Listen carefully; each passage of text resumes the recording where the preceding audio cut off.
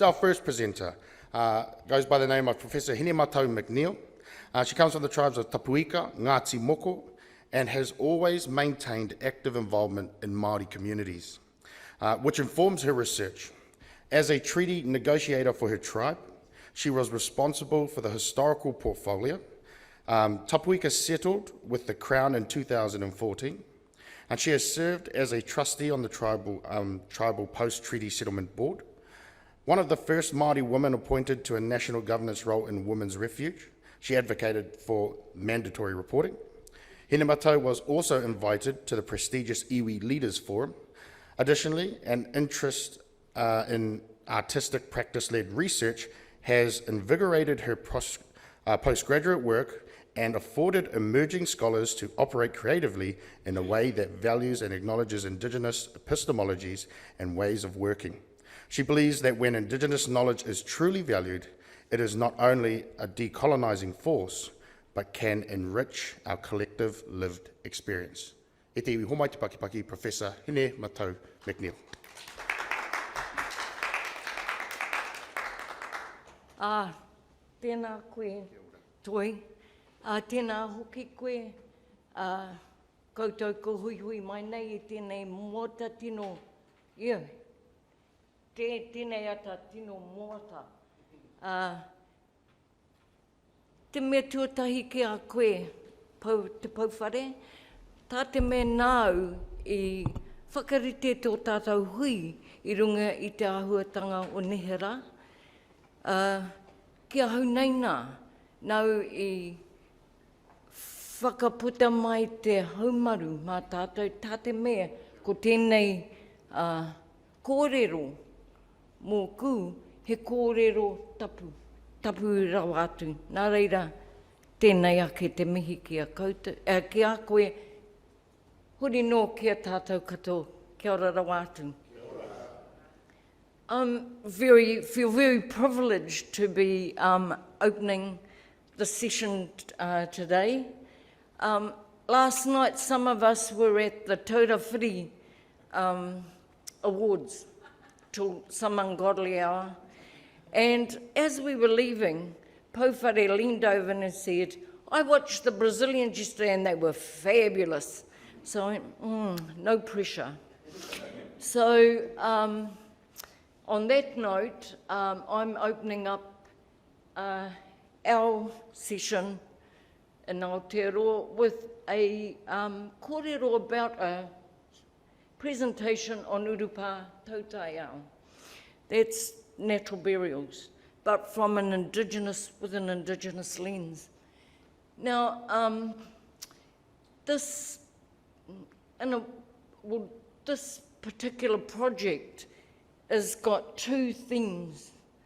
One is sustainability of the environment, and the other one is decolonising attitudes. So the image is you can just see the plot. It's right in the middle of a tribal Urupā, tribal cemetery, and what we're trying to do, as you'll see as we go through the presentation, we're trying to revitalise our ancient burial practices and try and adapt them for a modern world, which is no mean feat. So, give the sec te here. Aroha mai. Now, this, I thought that for the benefit of those of us who aren't from New Zealand, that I'd actually get some maps made so you can see the location of the project. Now, you can see when I got the maps made, they put what we call the takapu or tapuika.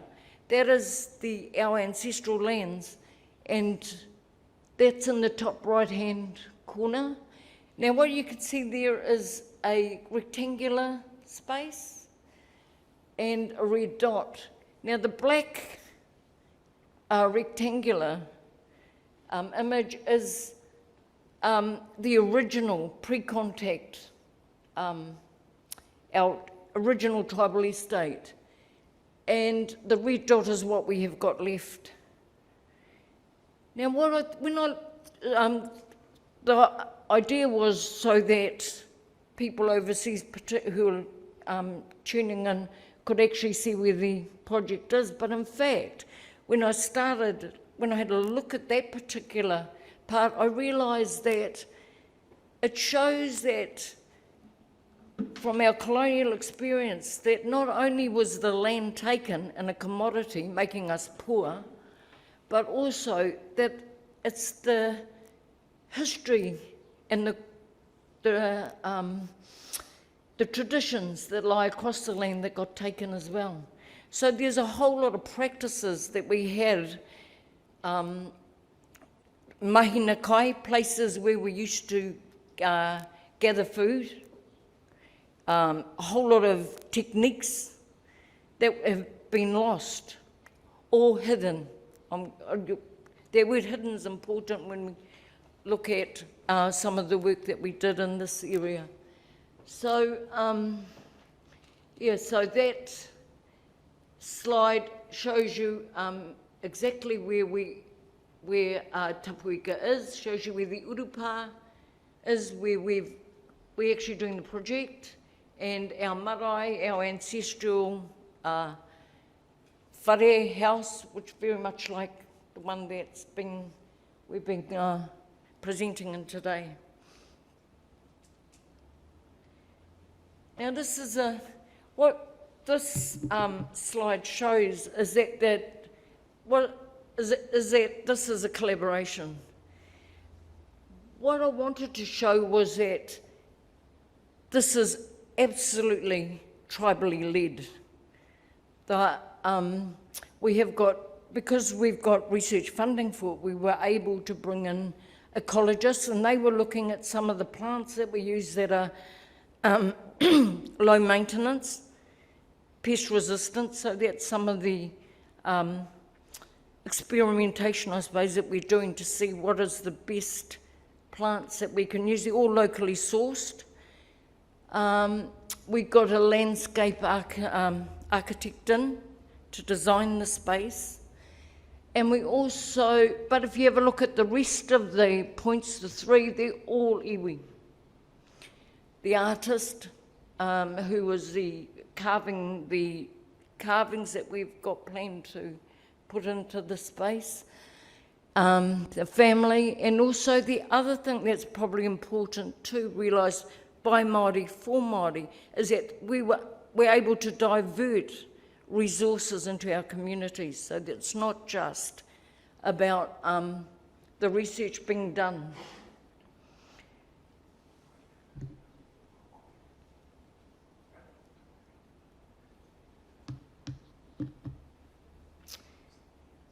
There's a fair bit of, and when the land was taken, if you're just flipping back to the maps, there's also the contamination of the land and the poisoning of the land and the poisoning of our minds.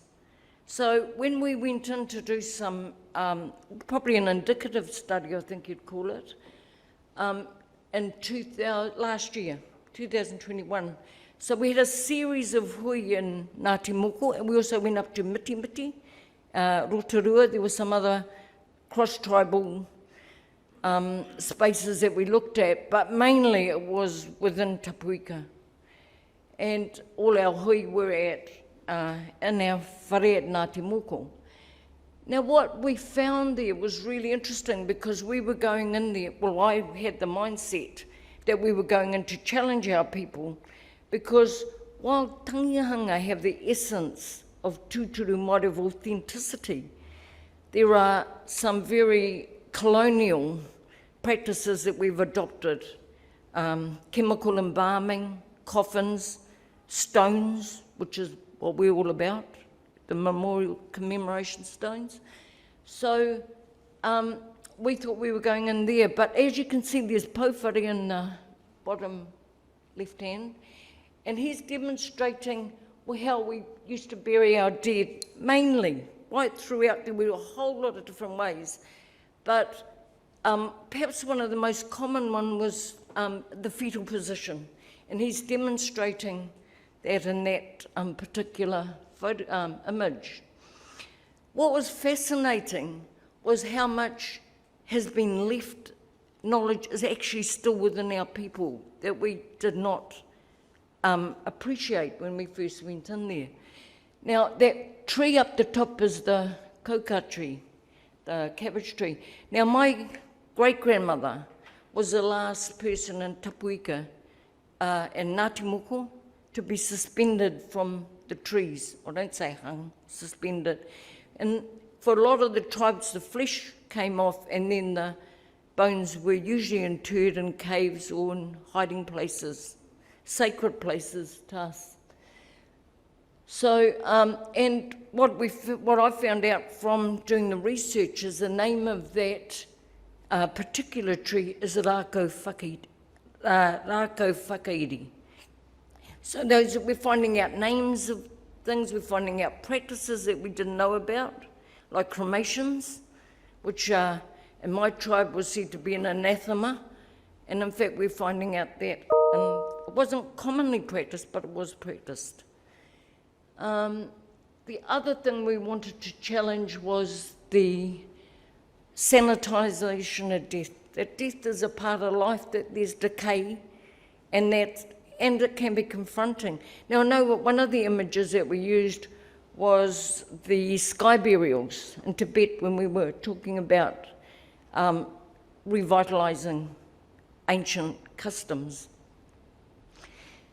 Now, that far, some of us is the ultimate burial practice, quickly going back into nature. So that image on the top right-hand side shows what happened with some tribes where the body was put out on display. There are skulls and other bones, kōwiwi around it, and it was, for some people, that this is confronting, and I think we had some even more confronting images when we tried to conscientise our people. And the bottom one is a tree called Rautaketake from Whakatohea, that's where Toi's from, and that's where they used to intern their bodies. What's really interesting about Whakatohea is, like Tapuika, they also fought against the Crown and paid dearly for it. My understanding is that very sacred tree is actually, it's a council-owned?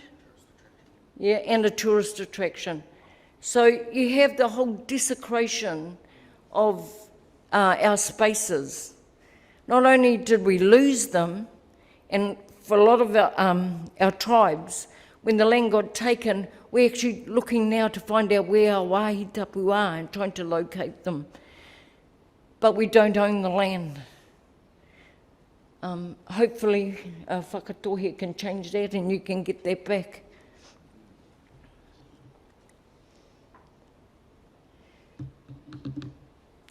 Now this slide is the, what we wanted to do is bringing back the ancient practices, is trying to do that in a modern idiom is challenging. So what we did first was trying to persuade the whānau, and the plot that we're using has got about 12 tupāpaku, 12 bodies in it. And there's also kōwiwi that we haven't named from the flu epidemic, when a lot of our people were buried quite quickly. So sometimes when we were digging graves, you'd find the kōwiwi falling out, the bones falling. So what we had to do was had a series of hui with them to see if we could go back to the old times of where you didn't actually have separate markers, and it really reflects an Indigenous collective consciousness, that it isn't the individual that's important, but it's that whole group. So, and that took a while. And then we also wanted to, I've got that shot in of the a Facebook screenshot, because I wanted to demonstrate how involved the iwi was, the people were in this project. So there was the consultation between them and how the project developed and evolved. So it had a lot of feedback from them, and there were changes we had to make. There was one of our whānau that did not wanted to keep the headstone from their, from their papa. Understandable. So what we said was we had to agree collectively that this would be this project, and then we came to a compromise, and so we're probably going to put that stone just out of the area that we've the designated space that we're developing. And we also wanted to bring in some of the knowledge, and we did that through the carvings, because our carvings tell stories. Now, I've highlighted in the bigger frame Papa Tuanuku, because this is about burial practices. And often when we have our tangihanga, our funeral rituals and ceremonies, you'll often hear, hoki koe kia Papa Tuanuku ki te kōpū o te whenua. So they're saying, go back to the womb of the Mother Earth. Now, of course, Māori descend from gods. So that gods remind all of these people, apart from my kraua, or ko whetū rangi tietaka kraua, he's a star. So the rest of them are all gods, and we're all related to them in kinship. So when we say, there's a famous saying, whatu ngaro ngaro te tangata, tū tonu te whenua. And that means the people pass, but the earth remains forever. Now for us, we are the earth. We descend from Papa Tuanuku, Ranginui, the earth and the sky. And so when we go back in death, we should be going back to them, and we should be caring for them. So when we're going back, we shouldn't be going back chemically embalmed. We shouldn't be going, those of us who get Botoxed up, better stop the Botox before we die.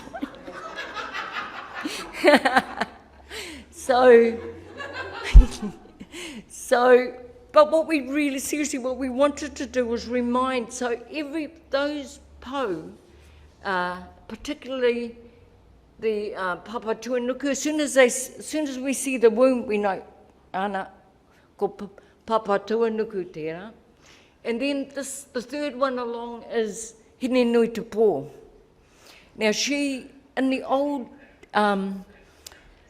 in pre-contact times, we went back in spirit. She's the granddaughter, I think, of Papa Tuanuku, and we go back to her spiritually in death.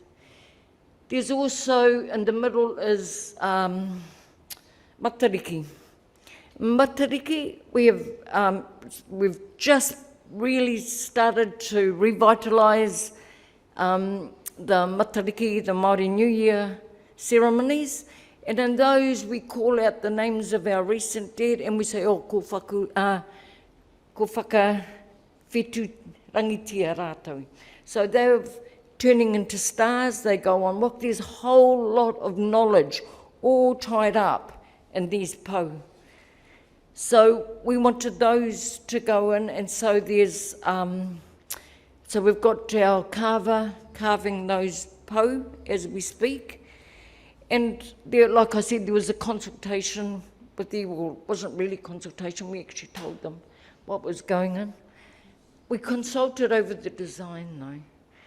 Now, and the last one is my kraua, Teremu, and it was because of him and he's got huge shares in the Urupā, in the cemetery, and also that's our entry into that space. So it really gave us the authority to be able to develop this particular project. Hey. Now, the final slide is looking at the You can see the whānau all involved in developing the site. And also I've got the designs. So now we did consult. So all those designs went up on Facebook, and people could say which ones they preferred.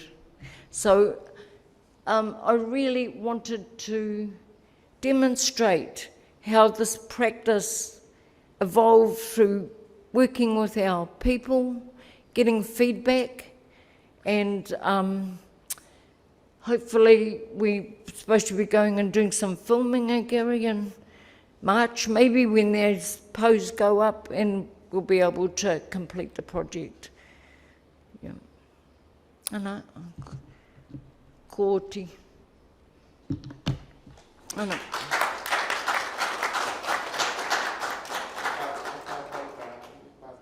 Oh, he pātai? Hinematau, just for the benefit of people who are watching this. Rob, can you speak the question close to the microphone? Hara mai ki konei. Just for the benefit of people who are watching from the Americas to the South, can you translate the word iwi means? And secondly, how have your people and other tribes, how have they responded to this idea of environmentally green burials, clean green burials? Kia ora. Iwi means tribe, and we use it kind of a bit interchangeably. Yeah? Bones? Oh, kōiwi. Did you say kōiwi? Oh, aroha mai. Ke turi. Oh, kōiwi are bones. Yeah, they're the koina. Now, the other thing is how people, other iwi reacted. Well, we went to Mitimiti, remember? And Mitimiti that's where Colleen is. And big shout out to Colleen, who was being really supportive of this conference. Ngā mihi, Colleen. And we went up to her iwi, Mitimiti, further up north. And it was really interesting because they start off this, she said, oh, kare, our iwi is really, they're katori kei, they're really, Christian. So, oh no, kei te pai, it was all good. So we went there and I was quite different, So we went straight into a mass. So we went, of course, graciously went with the flow. And what was really interesting was the priest, the person who took the mass. And actually what has been really surprising is the most conservative of the people in our tribes have been the ones that have been bringing up with the most knowledge. So he talked about pre-contact times where they didn't actually bury at all, and they put their kōwiwi, their bones, into the caves. And that was the only burials that they have, and we don't know whether it was geographical or what. But the other thing I found out from Ngāti, I think it was Ngāti Kahu further up, was that they actually put their kōwiwi into the swamps, and apparently in the South Island, they have these, I forget the name of the eels, but they got kind of suckers, and they used to put their tupāpaku, their bodies, into the sea, and these eels would eat the flesh, and of course the people never ate those eels.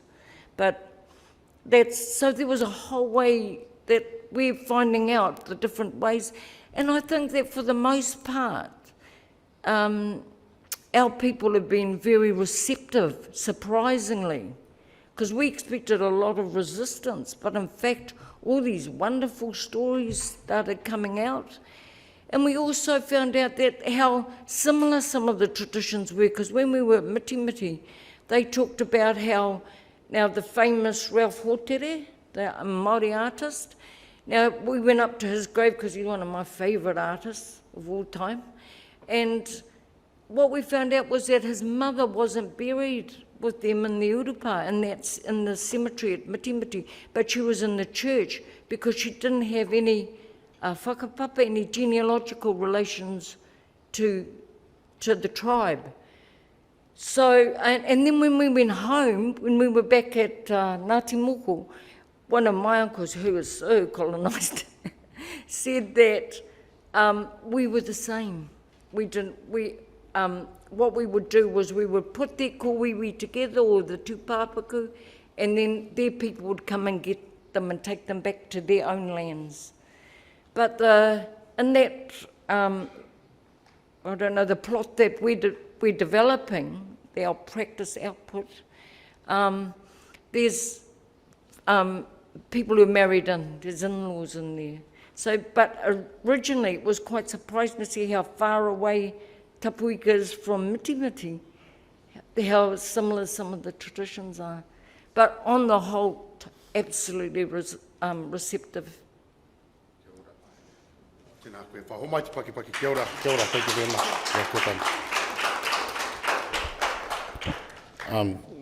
Yes, tēnā koe wha. Thank you very much for wera whakaro nui. Lots to think about, especially for our next journey e te iwi. Nō reira, kia ora tātou.